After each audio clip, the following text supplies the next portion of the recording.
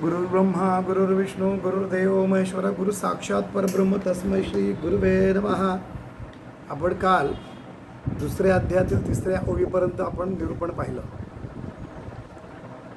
नामधारकाचा प्रश्न आहे की जेव्हा सिद्ध म्हणतात की ब्रह्मा विष्णू कोपले तर गुरु तारू शकतो, पण गुरु कोपले तर ते देवसुद्धा काही करू शकत नाही. तर यावर त्यांचा प्रश्न आहे की हे कोणी सांगितलं आणि कुठल्या शास्त्रपुराणामध्ये याचा उल्लेख आहे. माझ्या मनामध्ये जो शंका आहे, संदेह येतोय, तर तो फेडिका म्हणजे त्याची म्हणजे सुटका कर किंवा त्याचं निवारण कर, त्या शंकेचं निरसन कर.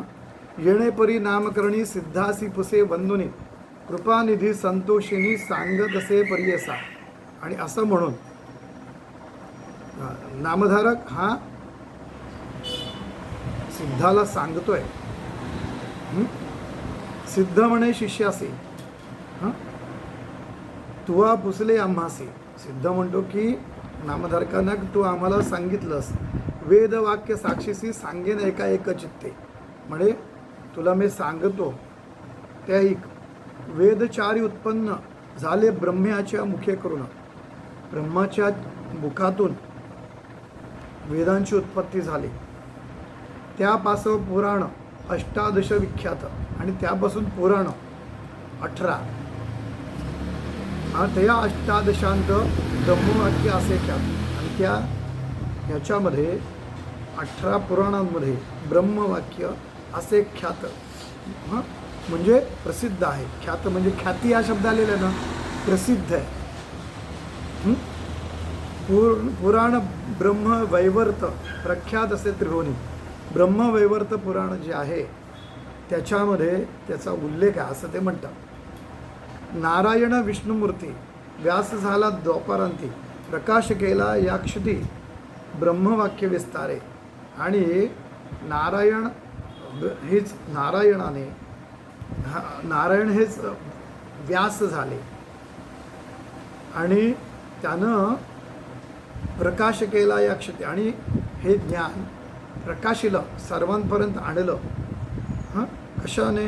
ब्रह्मदेवाच्या पुराणांचा विस्तार त्यांनी केला. कोणी? व्यासांनी केला. आणि व्यासांनी वेद आणि पुराण याचा उल्लेख होतो की ब्रह्मवाक्य विस्तारे. काय केलं त्यांनी? ब्रह्मदेवाच्या पुराणांचा विस्तार केला. तयापासून ऐकिले समस्त ऋषीजनी. आणि हे व्यासांपासून सर्व ऋषीमुनींनी ऐकलं. तेची कथा विस्तारुनी सांगेन एका एक चित्ते. आणि तीच कथा तुला मी सांगतोय. चतुर्मुख ब्रह्म्याशी कलियुग पुसे हर्षी. आणि त्या ब्रह्म्याला कलियुग पुसे हर्ष गुरु महिमा विस्तारेसी ब्रह्मदेव निरूपिला. आणि या कलियुगाला गुरुमहिमा हा जो ब्रह्मदेवाने सांगितला ते सांगतात. ऐसे म्हणता नामकरणी. आणि असं नामधारकाने सांगता, असे म्हणता नामकरणी पुनर्पी सिद्धासी नमुनी. आणि नामधारकालाही सांगितल्यावर तो पुन्हा सिद्धाला नमन करून विनवित असे करद्वय जोडून हात जोडून म्हणतो भक्तिभावाने की म्हणे सिद्धा योगेश्वरा अज्ञान तिमिर भास्करा तू तारक भवसागरा भेटलासी कृपा सिंधू. आणि तो अगदी म्हणतोय की म्हणे सिद्ध योगेश्वरा, हे योगेश्वरा. कोणाला म्हटलं योगेश्वरा? सिद्धाला. अज्ञान तिमिर भास्करा, अज्ञानाचा अंधाराचा नाश करणारा जो आहे. म्हणजे अज्ञान, तिमिर म्हणजे अंधार आणि भास्कर असा सूर्य जो अज्ञानाच्या अंधकाराचा नाश करणार जो आहे तू तारक भवसागरा, तू भवसागर तारून नेण्यासाठी साह्यभूत ठरणारा असा आहेस. भेटलासी कृपा सिंधू. आणि तू आम्हाला कृपा सिंधू म्हणून भेटलायस. ब्रह्मदेवे कलियुगासी. सांगितले केवी कार्यासी हां आद्यंत विस्तारेसी निरूपिजे स्वामिया. आणि या कलियुगाला ब्रह्मदेवाने काय विस्तारूने सांगितलं ते आम्हाला विस्तारपूर्वकच सांगा. एक शिष्य एक चित्ता म्हणजे एकमनाने एक चित्ताने ऐक. जधी प्रलय झाला होता, जेव्हा हे सगळं ह्याच्यामध्ये प्रलयच होतं, संपूर्ण पाणी होतं या ह्याच्यामध्ये सृष्टीमध्ये, तेव्हा आदिमूर्ती निश्चिता, आदिमूर्ती निश्चिता नारायण हं आणि नारायण आदिमूर्ती निश्चिता होते वटपत्र शैली. आणि आदिमूर्ती म्हणजे नारायण हे स्वस्थपणे असे उडलेले होते. कशावर? वटपत्र शैनी, वटवृक्षाच्या पानावर. हं अव्यक्त मूर्ती नारायण. अव्यक्त म्हणजे का? निर्गुण, व्यक्त नसलेलं. नारायण होते वटपत्री शयन आणि त्या वृक्षाच्या पानावर त्यांचं शयन होतं. बुद्धी संभवे चेतन आणि त्यांची बुद्धी जागृत होते, चेतन होते. आणि सृष्टी रचावया म्हणजे त्यांच्या बुद्धीमध्ये येतं की सृष्टी रचायला पाहिजे. प्रपंच म्हणजे सृष्टी रचना म्हणून करणे म्हणून आले मना, त्यांच्या मनामध्ये आलं. जागृत होय या करण आणि यासाठी ते जागे झाले सृष्टी रचनेसाठी. आदी पुरुष तयेवेळी आणि नारायण त्यावेळेला जागृत झाले. जागृत होऊन नारायण बुद्धी समवेत चेतन कमळ उपजवी नाभीतून त्रैलोक्याची रचना घर. आणि जेव्हा ते जागृत झाले तेव्हा त्याच्या नाभीमधून त्याचे कमळ उत्पन्न झालं आणि त्या कमळामधून नंतर जो विस्तार झाला तो म्हणजे ब्रह्मापासून सृष्टी निर्माण झाली. त्या कमळामधून उदय झाला ब्रह्मा आपण आणि त्यामधून ब्रह्म निर्माण झाला. चारी दिशा पाहून चतुर्मुख झाला देखा. आणि चारी बाजूला तो पाहत असताना त्याला तशी चार मुख झाली. म्हणे ब्रह्मा तये वेळी. आणि त्यावेळेला ब्रह्म म्हणतो समस्ताहुनी आपण बळी आणि सर्वांपेक्षा मी श्रेष्ठ आहे असं त्यांना हेवा लागलं. कारण काहीच नाही आहे आणि माझा उगम झालेला आहे, माझा उद्भव झाला आहे, मी निर्माण झालो आहे. मज आणि मजहून आणि बळी कवण नाही म्हणत असे आणि माझ्यापेक्षा कोणीही श्रेष्ठ नाही असं म्हणत होतं. हसून या नारायणू असं हसत म्हणाले. बोले वाचे व शब्द वचनू आणि तेव्हा ते बोलतात आपण असे महाविष्णू. अरे मी आहे, आपण असे महाविष्णू भजा म्हणे तया वेळी.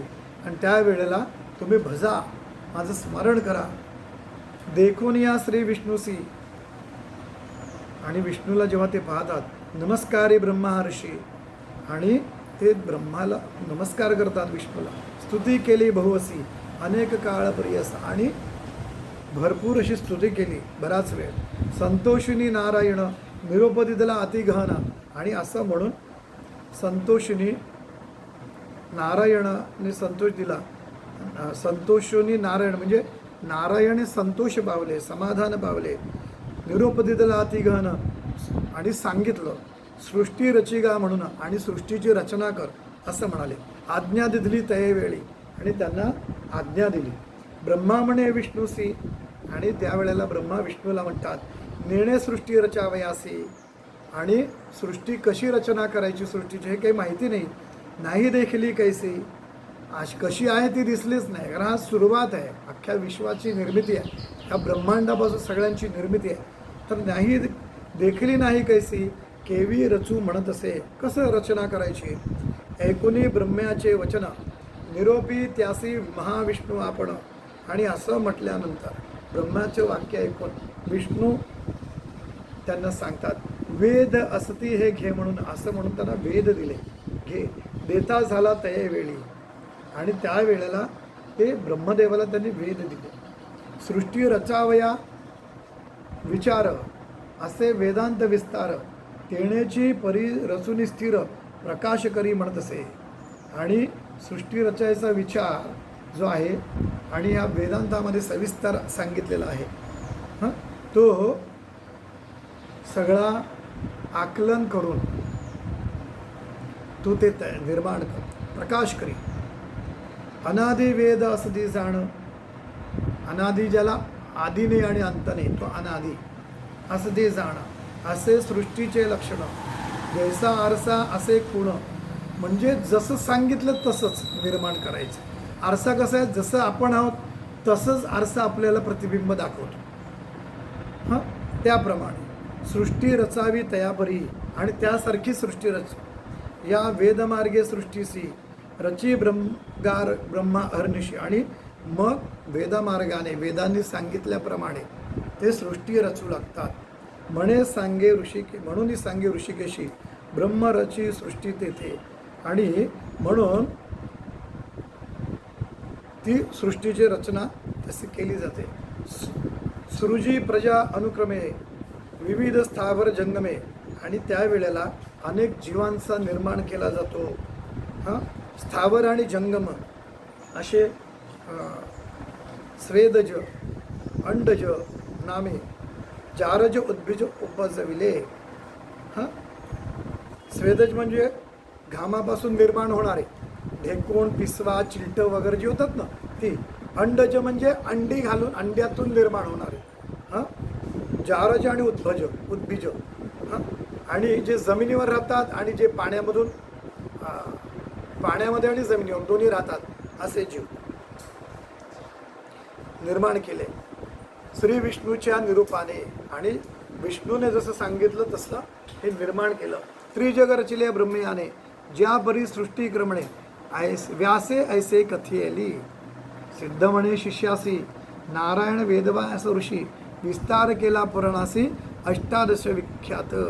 आणि नंतर हे सगळं निर्माण झाल्यावर सिद्ध म्हणतात नामधारकाला की नारायणच वेदव्यास ऋषी यांनी मग पुराणांचा 18 पुराणांचा विस्तार केला.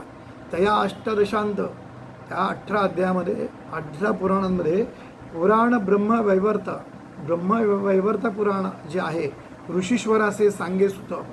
ह्या ऋषींना सूत नावाचा जो पुराणिक आहे तो सांगतो, तेची परी सांगत असे. आणि तेच मी तुला सांगतो. सनकादिकांचे उपजवणी, सनकादिकांचा जन्म झाला, उपजन निर्माण केले. सनक सनंदन वगैरे जे आहेत ते ब्रह्माचे पुत्र मानले जातात. ते निर्माण केले. ब्रह्मनिष्ठ म्हणून निर्गुणी.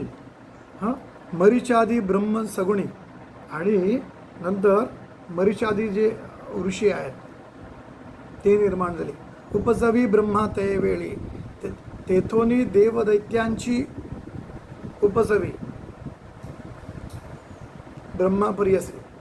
आणि त्याच्याकडून देव आणि दैत्य यांचा जन्म झाला, पुढे निर्माण झाले. सांगतो कथा विस्तारेसी एक आता शिष्योत्तमा. आणि हे तुला सविस्तर सांगतोय. कृत त्रेता द्वापार युग, कृतयुग, त्रेतायुग, द्वापार युग, उपजवी मग कलियुग. आणि ते झाल्यावर कलियुगाची निर्मिती करतोय.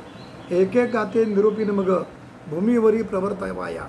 आणि नंतर मग प्रत्येकाला भूमीवर पाठवतो ते युग. बोलावणी कृतयुगासी, पहिलं युग कृतयुग आहे. निरोपी ब्रह्मा परियसी. आणि त्याला ब्रह्मा सांगतात तुवा जाऊनी भूमीसी, तू भूमीवर जा, पृथ्वीवर जा, प्रकाश करी आपणा ते. आणि तिथे जाऊन आपला प्रभाव दाखव. ऐकुनी ब्रह्माचे वचन, ब्रह्माचे वचन ऐकून कृतयुग आले संतोषन. आणि ब्रह्माचं वचन ऐकून त्यांना संतोष वाटला, समाधान वाटलं. सांगेन त्याचे लक्षण एका श्रोते एकजित्ते. आणि कृतयुगाचं लक्षण काय ते सांगतात. असत्य नेणे कधी वाचे, ते कधी असत्य नाही बोलत. त्या कृतयुगामध्ये जी प्राणी असतील भावरत ते कधी असत्य नाही बोलणार. वैराग्यपूर्ण ज्ञानी साचे, ते वैराग्यपूर्ण असतील, ज्ञानी असतील. यज्ञोपवित आभरण, ते यज्ञोपवित धारण करतील. रुद्राक्ष माळा करी कंकणे. हे कृतयुगाचं वर्णन आहे. कृतयुगाला एक मूर्ती समजून त्या युगाला सगुणत्व देऊन त्याला ते कसे आहेत ते जे करतात. पण त्याचा प्रभाव तसाच समाजावर होतो असं ते सांगतं. म्हणजे त्याचं अर्थत्व आहे, हे प्रतिकात्मक आहे. आणि ते काय करताय, त्याचं कृतयुग कसं दिसतंय, तो सत्य आहे, सत्यवादी आहे. वैराग्य आणि ज्ञान आहे. यज्ञोपवीत घेतलेलं आहे, धारण केलेलं आहे. आणि आभरण, आभरण म्हणजे भूषण, यज्ञोपवीत हेच त्याचं भूषण आहे असं ते म्हणतात. आणि रुद्राक्षमाळा करी कंकणे, आणि रुद्राक्षमाळा आणि हातामध्ये रुद्राक्षांचीच कंकणे.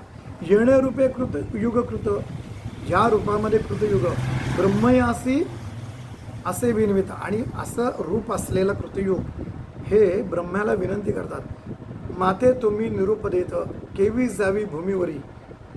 आणि ते म्हणतात मी असं असताना मी कसं जावं तिथे भूमीवर, भूमीवरी मनुष्य लोक. आणि त्यावेळेला मनुष्य लोक कशी वागतायत, ते बदलत आहेत म्हणजे जाण्यासाठी, ते युग आलं की त्याचा प्रभाव होईल. पण आता पृथ्वीवर जाण्यासाठी पृथ्वीवर लोक कशी आहेत, तर भूमीवरी मनुष्य लोक असत्य निंदा अपवादक, असत्यवादी आहेत, निंदा करणारे आहेत. नंतर मातेनं सावे ते एक, आणि असे मला सहन होणार नाहीत तिथे, कवणे परिवर्तावे, आणि कशा प्रकारे तिथं राहायचं. ऐकुनी सत्ययुगाचे वचन, निरोपितो ब्रह्मा आपण. कृतयुगाला सुद्धा काय म्हणतात आपण, सत्ययुग म्हणतात. तर तुवा वर्तावे सत्वगुण, आणि तिथून तू गेल्यावर सत्वगुणाने वाग. क्वचित काळ येणे परी न करी जड तू ते जाण, तू तिथे कठोर होऊ नकोस, आणि काय म्हणतात तू काही वाईट वाटून घेऊ नकोस. आणि युग पाठवेन, आणि तुलाच मी नाही पाठवत, थोड्या वेळानंतर तू परत ये, मग दुसरं युग पाठवेल असं ते म्हणतात. तुवा राहावे सावध होऊन म्हणून पाठवी भूमीवरी, तू तिथे सावधपणे अखंडित सावधान असावे ना, छानपैकी जागृत अशा अवस्थेमध्ये जा. वर्तता येणे परी एका झाली अवधी सत्याधिका, आणि असं झाल्यावर सत्ययुगाचा कालखंड पूर्ण झाल्यावर बोलावून त्रेतायुगा देखा, आणि सत्ययुगाचा कालखंड पूर्ण झाल्यानंतर काय करतात, त्रेतायुगाला बोलवलं जातं. निरोपी ब्रह्मापरीस, आणि त्याला ब्रह्मदेव सांगतात. आता त्रेतायुगाचं लक्षण काय, त्रेतायुग कसं आहे, तर एक शिष्य सांगेन असे त्याची स्थूलतनू, असा स्थूलतनू असलेला जाडसर असा येतो. हाती असे यज्ञ सामग्री, आणि हातामध्ये यज्ञ सामग्री आहे. हां, त्रेतायुगाचे कारण यज्ञ करती सकळ जन, आणि यज्ञ सामग्री हातात काय, कारण त्या काळामध्ये सगळेजण यज्ञाकडे आकर्षित झालेले आहेत. यज्ञसंस्था जी आहे ती अधिक प्रबळ आहे. धर्मशास्त्र प्रवर्तन कर्ममार्ग ब्राह्मणाचे, आणि धर्मशास्त्रानुसार ब्राह्मण वगैरे सगळे कर्ममार्गाने वर्तत असे. हाती असे कुश समिधा, कुश म्हणजे दर्भ, आणि समिधा म्हणजे हवनातील जी लाकडं असतात ते. हाती असे कुश समिधा ऐसे धर्म प्रवर्तक सदा असे बसे, ऐसे युग गेले हर्षे निरोप घेऊन भूमीवर, आणि असं म्हणून ते भूमीवर निघून गेले. कोण, आपलं त्रेतायुग. बोलावनी ब्रह्महर्षी निरोप देत द्वापारासी, आणि भूमीवर गेल्यानंतर तिथे तू राहायचं. पण तोपर्यंत मग काय करतात, ते द्वापार युगाला बोलवतात. सांगेन तया रूपाशी, आणि त्याच्या रूपाचं लक्षण सांगतो. ते कसं दिसतं, एका श्रोते एक चित्ते. आणि श्रोत्यांनो तुम्ही ऐका, खडग हातामध्ये काय आहे, तलवार, खडग, खटवांग, खटवांग नावाचं आयुध आहे ते हातामध्ये धरलेलं. धनुष्य बाण हातामध्ये आहे, एके हाती. उग्र लक्षण उग्र असे शांती, लक्षण उग्र आहे त्याचं. हातामध्ये अशी आयुध आहेत की ज्यामुळे ते उग्र वाटतात. आणि शांती आहे, चेहऱ्यावर शांती आहे. मात्र निष्ठुर आणि दया दोन्ही असे, निष्ठुरता पण आणि दया पण आहे. पुण्य पाप समान देखा, या काळामध्ये पुण्य आणि पाप समान आहे. स्वरूपे व्यापार असे निका, निरोप घेऊन कौतुका आला आपण भूमीवरी. आणि नंतर मग तो भूमीवरून आला, भूमीवर आला. आणि त्याचे दिवस पुरल्यावर, त्याचे दिवस संपल्यावर, द्वापार युगचे संपल्यावर कलियुगा ते पाचार्य, आणि कलियुगाला बोलवतात. जावे त्वरित भूमीवरी म्हणून सांगे ब्रह्मा देखा. आणि ब्रह्मा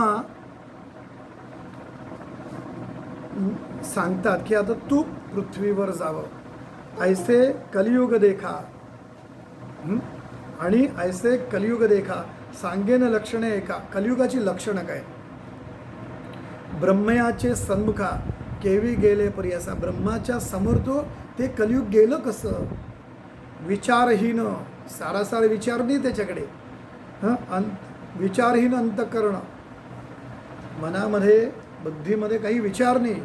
पिशाच्यासारखे वदन, तोंड कसं आहे पिशाच्यासारखं, तोंड खालते करून असं खाली मान करून ठाई ठाई पडत असे आणि ठिकठिकाणी पडत म्हणजे आपला दारुडा कसं चालताना झोके देत पडत जातो जिकडे तिकडे, त्या पद्धतीने.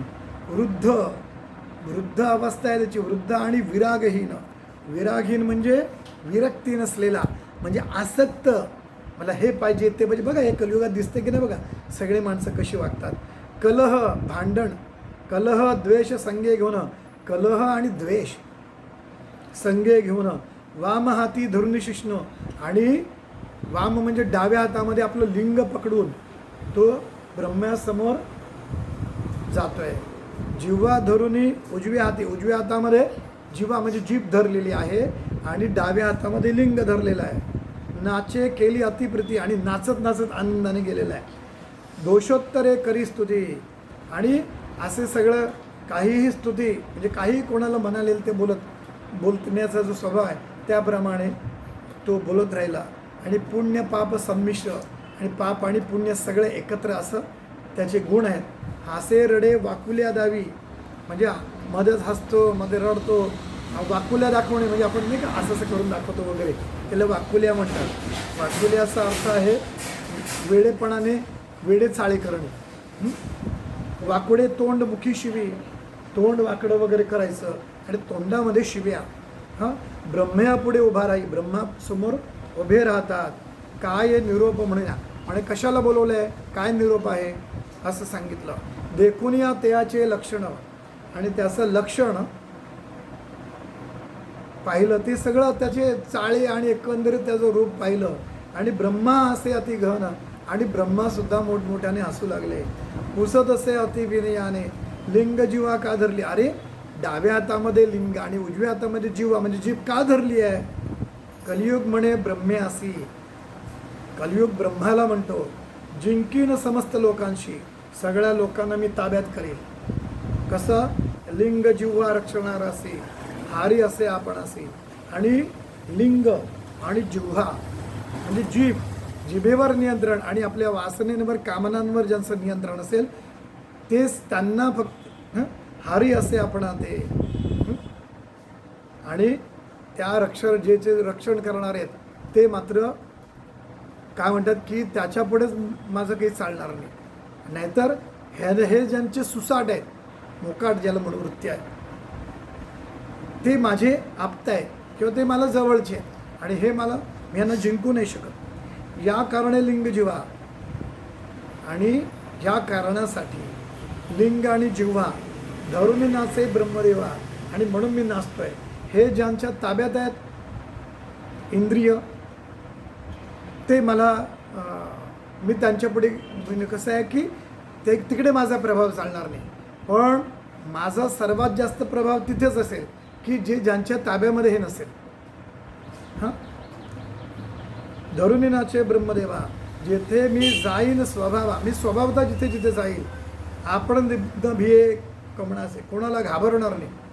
ऐकुनी कलीचे वचन, असं कलियुगाचं वचन ऐकून निरोप देत ब्रह्मा आपण, आणि अशा पद्धतीने निरोप देतात ब्रह्मा. भूमीवरी जाऊन प्रकाश करी आपले गुणे, आणि ब्रह्मदेव त्याला सांगतात की तू आज जाऊन आपल्या गुणांनी पृथ्वीवर प्रकाश कर. कलियुग म्हणे ब्रह्मयासी, कलियुग ब्रह्म्याला म्हणतात.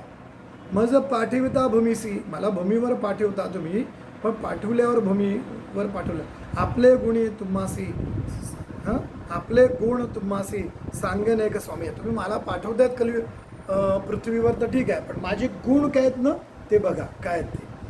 उच्छेद करीन धर्मासी, मी सर्व धर्मांचा उच्छेद करील, आणि कोणी कोणाला मानत नाही, आणि जे आहे ते आमचंच खरं असं करताय.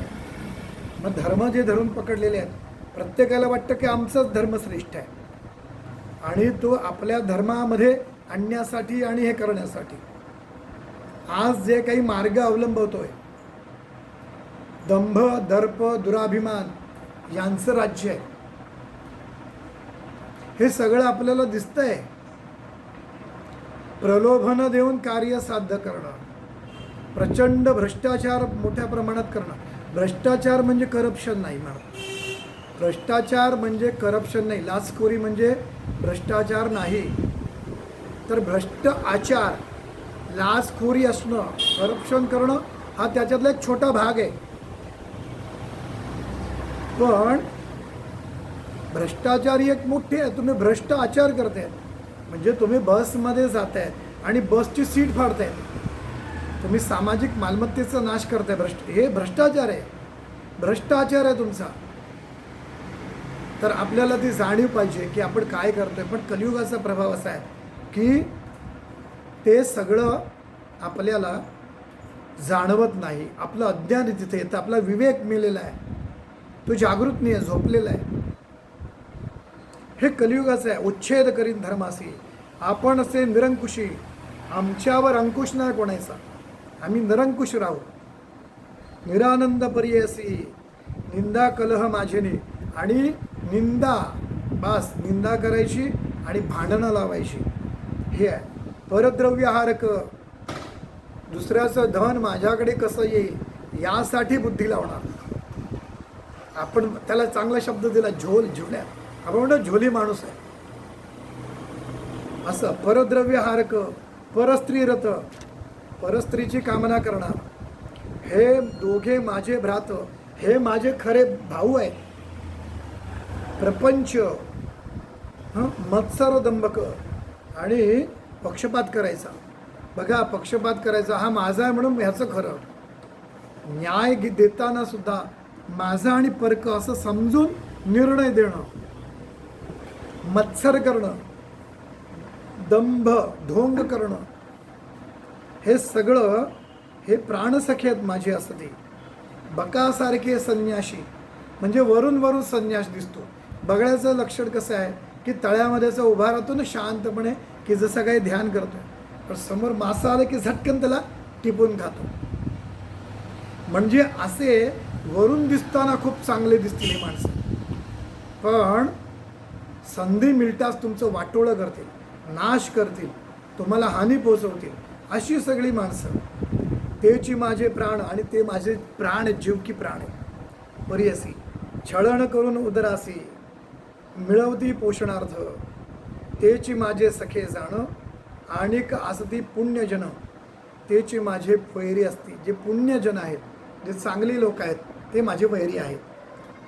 म्हणून विनवी ब्रह्म्यासी. आणि हे सगळे विनंतीपूर्वक तो ब्रह्मदेवाला सांगतो. ब्रह्मा म्हणे, हे कलियुगासी, सांगे तुझ उपदेशी, कलियुगी आयुष्य नरासे स्वल्पासे 100. तो म्हणाले की कलियुगाचं मध्ये तुला एक सांगतो की कलियुगामध्ये स्वल्प आयुष्य आहे, कमी आयुष्य आहे. काय तर 100 म्हणजे 100 वर्ष आयुष्य आहे. 100 वर्ष पण खूप सांगितली ना आपल्यासाठी, आता आणखी कमी झालेलं आहे. तर ते म्हणतात की अल्पायुष्य आहे. बघा, कलियुगाचं वर्णन एवढं प्रत्येक पुराणानं केलं आहे, ते इतकं भयंकर केलेलं आहे. काही पुराणामध्ये तेथील गायी छोट्या होतील, माणसं खुजे होतील. खुजे म्हणजे खुज्या विचारांचे, सोबत खुज्या उंचीचे असतील, बारीक, अशी वर्णनं सुद्धा केलेली आहेत. तर हे सगळं आहे. आणि धर्म सोडून देतील. आपल्याकडे ती दशावतारांची आरती आहे ना, की सोडून दिला धर्म म्हणून न दिससी देवा. धर्माचा त्याग करतात, धर्म सोडून देतात. आधी तर धर्म म्हणजे काय, तर आपली कर्तव्य सोडतात, आपले आचार सोडतात, आपले विचार सोडतात, आपले संस्कार सोडतात. तर हे सगळं आपण अनाचार जो आहे तो सगळा घडतो, आणि त्यामुळे हे सगळं घडतं. आणि हे असताना ब्रह्मा म्हणे कलियुगासी, सांगेन तुझं उपदेशी, कलियुगी आयुष्य नरासी स्वल्प असे 100. आणि 100 वर्ष आयुष्य आहे, फक्त अल्प आयुष्य आहे. पूर्व युगांतरी देखा आयुष्य बहुमनुष्य लोका. पूर्वयुगामध्ये मनुष्याला आयुष्य भरपूर होतं आणि त्यामुळे तप अनुष्ठान एका करती अनेक दिवस बरी, आणि अनेक दिवस असे तप अनुष्ठान करायचे. बघ आपल्याला पुराणात कथा येते ना की 10,000 वर्ष राज्य केलं राजानं, 10,000 वर्ष तपश्चर्या केली वगैरे. तसं मग होय तयासी गती, आणि एवढं सगळं केल्यानंतर इतकं 1000 वर्ष किंवा अनेक दिवसपर्यंत व्रत आचरली, साधना केल्यानंतर त्याला फळ मिळायचं. मग होय तयासी गती आयुष्याचे अखंडिती, याची कारणे क्षिती कष्टदी बहुत दिवसपर्यंत. आणि यासाठी आयुष्य भरपूर होतं, त्यामुळे कष्ट भरपूर होते. कष्ट म्हणजे त्या वृद्धपणाच्या यादऱ्यापासून सगळं बहुत दिवसपर्यंत. तैसेची नवे कलियुग जाणं. तसं कलियुग नाही, कलियुगातली एक जमेची बाजू आहे. सगळं वाईट असताना एक चांगली गोष्ट आहे. स्वल्प आयुष्य मनुष्यपणं, आणि स्वल्प आयुष्य कमी आयुष्य असलं तरी काय, मनुष्याला स्वल्प आयुष्य असलं तरी करती तप अनुष्ठान शीघ्र पावती परमार्था. अरे थोडं जरी तप आणि अनुष्ठानं आचरले ना तरी ते परमार्थामध्ये पुढे जातील आणि परमेश्वर प्राप्ती करून घेतील. जे जन असती ब्रह्मज्ञानी, जे ब्रह्मज्ञानी असतील, हुशार असतील, ज्ञानी असतील, पुण्य करतील जाणूनी, आणि पुण्य करतील जाणूनी म्हणजे ती जाणीव ठेवून आणि त्यातले बारकावे ठेवून लक्षात घेऊन जे काही पुण्य करतील त्यास तुवा साह्य होणे वर्तत असे म्हणे ब्रह्मा. आणि त्याला साह्यभूत होऊन वर्तत ब्रह्मा सांगतो की आम्ही वर्तन साह्यभूत होतो. एकूणी ब्रह्म्याचे वचन कली म्हणत असे नमुना. ब्रह्म्याचे वचन ऐकून कली म्हणतो, स्वामींनी निरोपिले जन, जे जन तेची माझे वैरी असते. जे पुण्यपुरुष आहेत, साधना करणारी लोक आहेत, जे सत्शील आहेत, सत्मार्गाने आचरण करतात, म्हणजे एक मार्गाने पैसा कमवतात. एक मार्गाने म्हणजे एक नंबराच्या भाषेमध्ये, म्हणजे चुकीच्या मार्गाने धन कमवत नाही, नको ते विचार मनामध्ये रुजवत नाही, संस्कारी आहेत, ते माझे वैरी आहे. ऐसे वैरी जेथे असती, आणि असे वैरी जेथे असतील केवी जाऊ ते अक्षती, आणि तिथे मी कसा जाऊ. एकता होय मज भीती, आणि तिथे त्यांची भीती मला वाटते.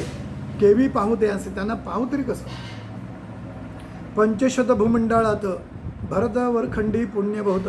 या भूमंडळामध्ये भरतखंडामध्ये भारतामध्ये पुण्य भरपूर आहे. म्हणून प्रत्येक पुराणांमध्ये भारताचा गौरव पण नमूद केलेला आहे. भरतखंडामध्ये पुण्य बहुत आहे. मज मारतील देखत, मला पाहताच तिथे मारतील. कैसा जाऊ म्हणत असे, मी कसं जाऊ तिथे. एकूणी कलीचे वचन, असं जेव्हा कली म्हणतो तेव्हा ब्रह्मा निरूपी हसून, आणि ब्रह्मा तिथे हसून म्हणतो. काळात्म्या ते मिळून, म्हणजे काय करायचं आहे, कलिकाळाशी हात जुळवणी करून, म्हणजे आपण काय म्हणतो की तुम्ही एकत्र येऊन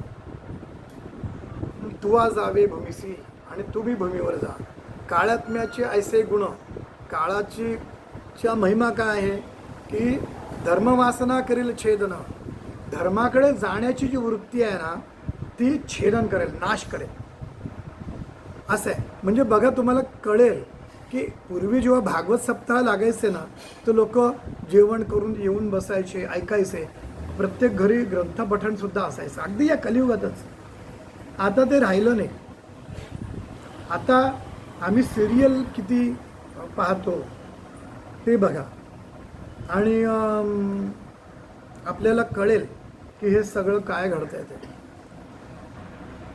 तर धर्मवासना जी आहे सत्कर्माची, लोक असं म्हणतात ना का वासना तुटली धर्माचरणाची, चांगलं वागून. लोक म्हणतात चांगलं वागून काय फायदा आहे.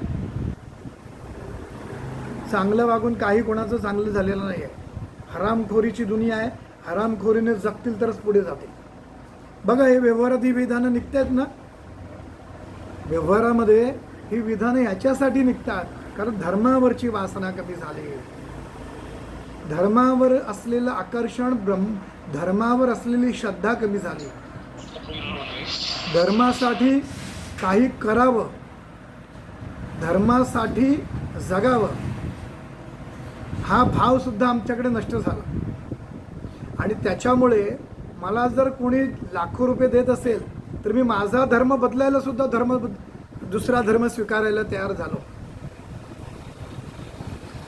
आणि अत्याचार करून आपल्याला कळतं की समाजामध्ये हा अत्याचार करतोय आणि ह्याचा सगळ्यांना त्रास आहे, तर उलट त्यालाच लोटांगणं घालणारी माणसं आहेत.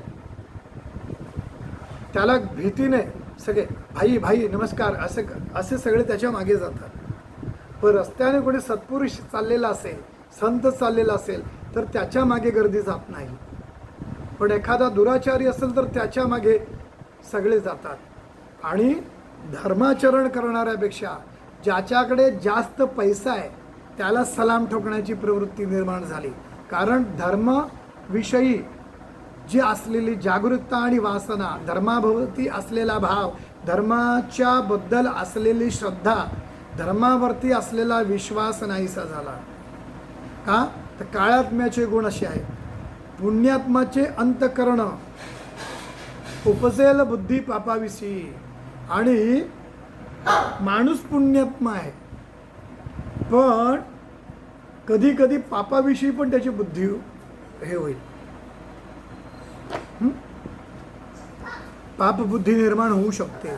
हे घसरण आहे. पण हे काय म्हणतात की असा माणूस असेल तर ह्याला पण बरोबर की ह्याला कसं म्हणजे काय ना तुम्ही अगदी मेहनत करत म्हणजे मेहनत म्हणजे तुम्ही पुढे पुढे पुढे पुढे जाता, इतकं पुढे जाता की तुम्ही 98वर येता. तर वाटतं की आपण जिंकणार सापशिडीमध्ये. आणि ते 98च्या जवळ येता आणि बरोबर एक पडतो आणि तो 98वरचा जो साप आहे तो सर्वात मोठा आहे, तो 2वर आणून सोडतो. हां, तो बरोबर खाली आणून सोडतो. म्हणजे एवढं असलेला जी साधना आहे ती सुद्धा कमी म्हणजे त्याला हरवून त्याला पाडून अगदी सुरुवातीला आणणं असे सगळे प्रकार, त्याला खाली आणण्याचा प्रकारसुद्धा घडतात. त्याला लोभ निर्माण केला जातो. म्हणजे काय म्हणतात त्याला प्रलोभनं दिली जातात वगैरे, धमक्या दिल्या जातात. ह्या सगळे प्रकार घडून तो मूळचा चांगला असलेल्या माणसाचं ला वाईट व्यक्तीमध्ये रूपांतर करतो किंवा त्याला आपल्यामध्ये आणून ठेवतात. असं सगळं आहे.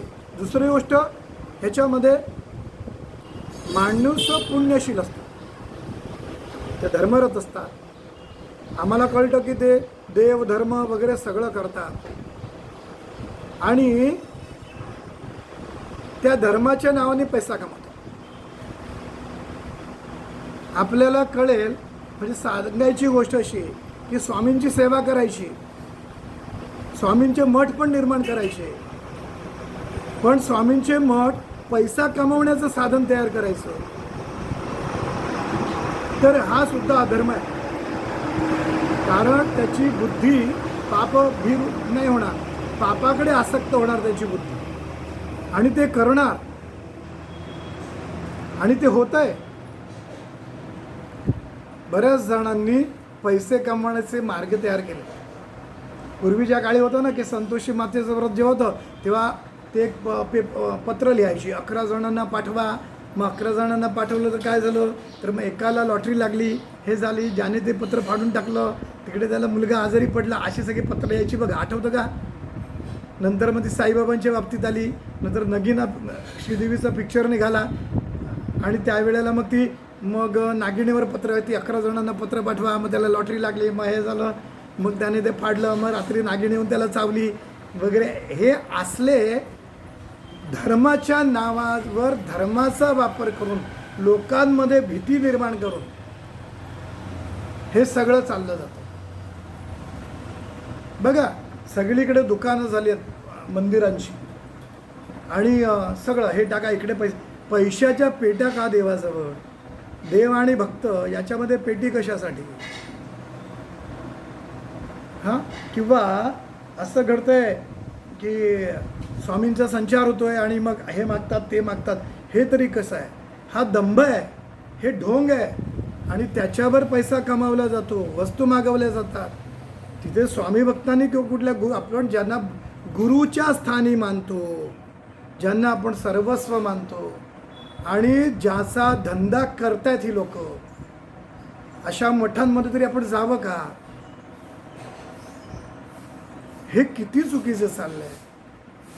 आपण ज्याला सर्वस्व मानतोय त्यांना समोर, म्हणजे एखाद्या माकडाला समोर ठेवून आता टाक पैसे, असा प्रकार आहे का? महाराज इतके स्वस्त आहेत का? आपला भाव इतका कुचका आहे, इतका खराब आहे, आपण महाराजांना त्या लेवलला आणून ठेवतो. समर्पण हा भाग वेगळा आहे, पण आज ते ठेवलं जातं, पेट्या खाली केल्या जातात, पैसे मोजले जातात आणि सगळं लक्ष किती कलेक्शन झालं. असं जर जिथे घडत असेल तर ते धर्म कार्य कसं ठरेल? मंदिर आहे, खूप चांगलं आहे, मंदिरासारखं पुण्य नाही बांधण्यासारखं, पण जर असं घडत असेल तर हे लक्षात घेणं गरजेचं आहे. बघा, कलियुगामध्ये सगळं दिसतंय. आपल्या हिंदू धर्मातल्या, मला कोणाकार व्यक्तिगत टीका नाही करायची, सगळीकडे सगळ्या मंदिराचं तेच चाललंय.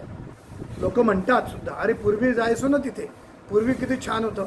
आता तर काय, VIP दर्शनाला सुद्धा 200 रुपये घेतात आणि 200 रुपये घेऊन काय, शेवटी जनरल लाईनमधून येतो तेवढाच वेळ लागतो.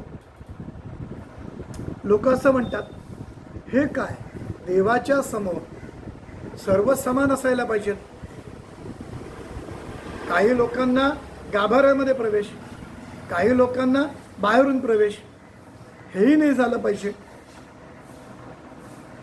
कारण धर्माचं लक्षण हे आहे, सर्वांना समान लेखा. वर्णव्यवस्था हा व्यावहारिक भाग असेल, पण अंतःकरणातून तुमच्यामध्ये भाव पाहिजे की मला ज्यानं निर्माण केलं त्यानेच त्याला सुद्धा निर्माण केलेलं आहे. आम्ही त्याला अल्लाह म्हणू, भगवान परमेश्वर म्हणू, आणखी गॉड म्हणू, काही म्हणू, पण आम्ही निर्माता म्हणून त्याला जर मानत असू, नावं वेगळी आहेत, तर मग हे दंगे कशासाठी? हां, आणि ही धार्मिक तेढ का निर्माण होते? तुम्हाला पटतंय, तुम्ही तुमच्या मार्गाने जा, आम्ही आमच्या मार्गाने जातो. एकमेकांच्या धार्मिक प्रवासाचं किंवा त्याच्या मार्गाचं आपण एकमेकांचा सन्मान ठेवू शकत नाही. हे लक्षात घ्या. आणि तिथे आपण, तुका म्हणे चुकले वर्म केला अवघाची अधर्म, असं घडतंय. खरं तर धर्म रक्षिती रक्षिता असं म्हटलेलं आहे. धर्माचं जर रक्षण केलं तर धर्म आपलं रक्षण करतो, असं विधान आहे. तर धर्म रक्षण करतोय, धर्म आपलं रक्षण करतो, पण धर्माचं रक्षण कधी होईल तर धर्माचं आचरण आपण करायला लागलो. धर्माला काय अपेक्षित आहे, खरा धर्म काय आहे हे कळायला पाहिजे. धर्मात धर्म इत्यहू धर्मात धार्यते प्रजा, असं म्हटलेलं आहे. महाभारतातली व्याख्या आहे की ते ऐहिक आणि पारमार्थिक दोन्ही साध्य करून देईल. धर्माने पैसा कमवा, कष्टाने कमवा. अरे बिचारा मजूर असतो एखादा, आणि त्या मजुराकडून सुद्धा तो अधिकारी म्हणतो की काहीतरी दिल्याशिवाय काम होणार नाही. अरे बिचारा तो हातावर अन्न घेतोय, मिळवतोय आणि खातोय, हातावर पोट आहे त्याचं. इतकी दया आमच्यामध्ये राहिली नाही. श्रीमंत असेल तर त्याला सलाम आहे, आणि रस्त्यावरील भिकारी असं रस्त्यात पडलेला असेल तर त्याला मी विचारत नाही की बाबा तुला काय त्रास होतोय, तुला काय होतंय, तुला काय हवं आहे का, हे आम्ही विचारू शकत नाही. रस्त्यावरील भुकेलेल्या माणसाला तुम्ही अन्नधान्य करत, आणि मोठमोठे भंडारे लावले जातात, आणि रस्त्याच्या कडेला कुठेतरी बिचारा भिकारी आहे, तिथून तुम्ही अन्न पोचवू शकत नाही. तर हे लक्षात घ्या. आणि शेवटी मंदिरामध्ये कोण येतं? सर्व प्रकारची लोक असली तरी काही समाज खूप दूर आहे त्यापासून, त्याला आपण का नाही करत? त्यांना जवळ करा,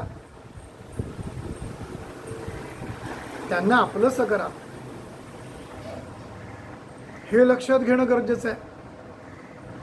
आज इतका अधर्म आहे. अधर्म म्हणजे काय नाही की तुम्ही हिंदू धर्मात आहात आणि पूजापाठ करत नाहीत पण तुम्ही अधर्मी आहात. आज झाडांची होणारी कत्तल, झाडं तोडतायत, हा सुद्धा अधर्म आहे. हे कळणार कधी? वृक्षवल्ले आम्हा सोयरे वनचरे, हे जेव्हा आम्ही म्हणतोय, आमचे तुकाराम महाराज म्हणतायत, त्यावेळेला आम्ही एका बाजूला बेदरकारपणे आम्ही जंगलं तोडतोय. आज आम्ही आमच्या पाण्यात असलेल्या उन्हाळ्यामुळे आम्हाला तहान लागते, तशी प्राण्यांना सुद्धा तहान लागते. त्यांच्यासाठी आम्ही एक वाटीभर पाणी बाहेर ठेवू शकत नाही का? धर्म म्हणजे तुम्हाला काही वेगळं नाही, तुमच्या आचरणातून जे आचरण तो चांगलं आहे ना, ते धर्माचरण आहे. जे आचरण अनेकांसाठी उन्नयनाचा मार्ग ठरेल, भल्याचा मार्ग ठरेल, ते सगळं धर्मामध्ये येतं. ते आपण ठेवतो का? ते सगळा विचार आपण करायला पाहिजे. मी एक दोनच उदाहरण दिले. आम्ही आमच्या भावना जपत असताना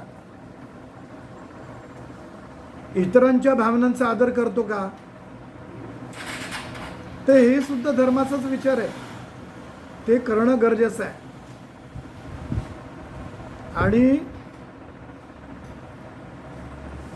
खरा धर्म कुठला असेल ना, तर माझ्या दृष्टीने कृष्णानं भगवद्गीतेत म्हटलेलं आहे, अद्वेष्टा सर्वभूतानां मैत्र करुणेवच. हे अर्जुना, अद्वेष्टा व्हा. अद्वेष्टा म्हणजे कुणाचाही द्वेष नाही. अद्वेष्टा सर्वभूतानां, ते असं म्हणत नाही हिंदू मुस्लिम ख्रिस्ती वगैरे नाही उल्लेख करत, सगळ्यांचा. अद्वेष्टा सर्वभूतानां, या भूतलावर असलेले सगळे प्राणी जीव वगैरे या सगळ्यांविषयी अद्वेष्टा. अद्वेष्टा सर्वभूतानां मैत्र करुणेवच, या सर्वांशी मैत्री भावानं आणि करुणेनं वागणं, हा माझ्या दृष्टीने खरा धर्म आहे. तर हे लक्षात घेणं गरजेचं आहे. आणि कलियुग काय म्हणतं की कलिकाळाला जवळ घेऊन मी धर्माचा उच्छेद म्हणजे होईल असं ते म्हणतात. धर्मवासना छेदन करेल, पुण्यात्माचे अंतकरण उपजेल बुद्धी पापाविषयी. पुण्यात्मावान असलेल्या व्यक्तींची पण पापबुद्धी निर्माण होईल त्याच्यामध्ये. कली म्हणे ब्रह्मयासी, वैरी माझे परियसी, वसतात भूमंडळासी, सांगेन स्वामी एकावे. आणि कलियुग ब्रह्माला म्हणतं की आता माझे वैरी कोण आहेत ना, ते मी तुम्हाला सांगतो की जे मला भूमंडळामध्ये या भूमीवर आहेत ते तुम्ही ऐका, की जे माझे शत्रू आहेत असं ते म्हणतात. आज आपण इथे थांबूया. आपण आज 31 ते 100 ओव्यापर्यंतचं निरूपण ऐकलेलं आहे. 100 पासून पुढे जे आहे ते उद्या करू, कारण दुसरा अध्याय मोठा आहे. तर हे लक्षात घ्यायचं आहे, धर्म ही संकल्पना खूप सूक्ष्म आहे. आपण जी वरवर घेतो, आणि गंमत अशी आहे की रिलिजन, मजहब आणि धर्म, आम्ही धर्माला इंग्लिशमध्ये रिलिजन जरी म्हणत असलो तरी धर्म, रिलिजन आणि मजहब हे तिन्ही वेगवेगळे आहेत. वेगवेगळे म्हणजे त्यांच्या संकल्पना मुळामध्ये वेगवेगळे आहेत. धर्म हा आपल्याकडे अतिशय व्यापक अर्थाने वापरलं जातो. तुमची कामं, तुमचं कर्तव्य हे स्वधर्म म्हणून मानलं जातं, आहे ना. तुम्ही जर स्वतः जिथं कामाला तिथे प्रामाणिक आहात का, तुम्ही उत्तम शिक्षक आहात तर तुम्ही तुमच्या शिक्षकी पेशांमध्ये प्रामाणिक आहात का, तुम्ही एखाद्या नोकरीमध्ये ज्या जॉबला आहेत ते तुम्ही प्रामाणिकपणे करतात का. नाहीतर 9चं ऑफिसचं टाईम आहे, आम्ही 11 वाजता येतो, आल्यानंतर चहा पितो, काम करतो आणि 5 वाजता ऑफिस सुटणार त्याच्या आधीच आम्ही घरी निघून येतो. तर हा सुद्धा धर्म नाही आहे. कारण तुमचा स्वधर्म जो आहे, जे तुमचं कर्तव्य आहे ते तुम्ही प्रामाणिकपणे बजावत नाहीत, हा त्याचा अर्थ आहे. हे सगळं अधर्मामध्ये येतो. उत्तम नागरिक व्हा. तुम्ही उत्तम नागरिक व्हा. तुम्ही गावाचं, समाजाचं, तुमच्या कुटुंबाचं कल्याण साधण्यासाठी प्रयत्न करा, तर तोही धर्म आहे. गाडगे महाराजांनी साफसफाई केली ना, म्हणजे ते भजन करत होते, मंदिरात जायचे, देव मानत होते, पण त्यांनी प्राधान्य कशाला दिलं की माझा परिसर स्वच्छ राहायला पाहिजे, आपण जिथे जातो ती स्वच्छता असली पाहिजे, स्वच्छता हाच खरा धर्म आहे, ही शिकवण त्यांनी दिली. नाहीतर आमचं घर स्वच्छ करतो आणि काय करतो, शेजाराच्या दारामध्ये कंपाऊंडमध्ये कचरा टाकतो, तर हा सुद्धा धर्म नाही. किंवा आपण येतो साफसफाईवाला, मग एका ठिकाणी ढिगारा करायचा कचऱ्याचा आणि बिल्डिंगच्या समोरच तिथे सगळी कचराची रास साचवतो की ज्याच्यामुळे रोगराई निर्माण होईल. आणि आम्ही टाकलेल्या कचऱ्यांमुळे दुसऱ्याला आजारपण येत असेल तर तोही धर्म नाही. त्यामुळे धर्म ही खूप व्यापक संकल्पना आहे. ती केवळ हिंदू धर्म, मुस्लिम धर्म, ख्रिश्चन धर्म असं अपेक्षित नाही आपल्या धर्माला. तरी हे असताना देखील ज्या वेळेला आपल्या धर्मावर गदा येते त्यावेळेला त्याचं रक्षण करण्यासाठी कटिबद्ध होणं हा सुद्धा धर्म आहे. त्यासाठी युद्ध नाही करायचं आहे, त्याच्यासाठी रक्तपात नाही करायचं आहे, तुम्हाला विचारांना उभं राहायचं आहे. विचारांचा लढा विचारांनी द्यायचा असतो, पण ते आज दिसत नाहीत. तुम्ही एखादं विधान केलं की 4 लोक मारायला येतात तुम्हाला. तर असं घडतंय, ते चुकीचं घडतंय आणि तो धर्म नव्हे. सगळ्या मतांचा आदर करा, सगळ्यांच्या भावनांचा आदर करा आणि त्या आदरामध्ये सुद्धा आदर करताना तुम्हाला जे योग्य वाटणार आहे ते चिंतनातून स्वीकारा, हा सुद्धा धर्म आहे. आणि म्हणून कलियुगाचं वर्णन त्यांनी विस्तृत केलं आहे. बाकीच्यांनी आले आणि गेले असं पटकन सांगितलं आहे. कलियुग काय हे कळलं पाहिजे, त्याची लक्षणं कळली पाहिजेत आणि लक्षणं कळल्यानंतर म्हणजे रोगाची लक्षणं काय हे पहिलं कळलं की रोग निवारणासाठी संशोधन करायचं. कोरोना नक्की काय आहे हे कळल्यानंतर कोरोनावर लस तयार झाली. तर हे लक्षात आहे. त्यामुळे कलियुगाचं लक्षण काय हे सांगितलं. आता लक्षण सांगितल्यावर या कलियुगामधून तरुण जाण्यासाठी आपल्याला काय करावं लागेल हे आपल्याला गुरुचरित्र सांगेल. आज आपण इथंच थांबूया. धन्यवाद. गुरुर्ब्रह्मा गुरुर्विष्णू गुरुदेव महेश्वरा गुरु साक्षात परब्रह्म तस्मै श्री गुरुवे नमः. अवधूत चिंत गुरुदेव दत्त.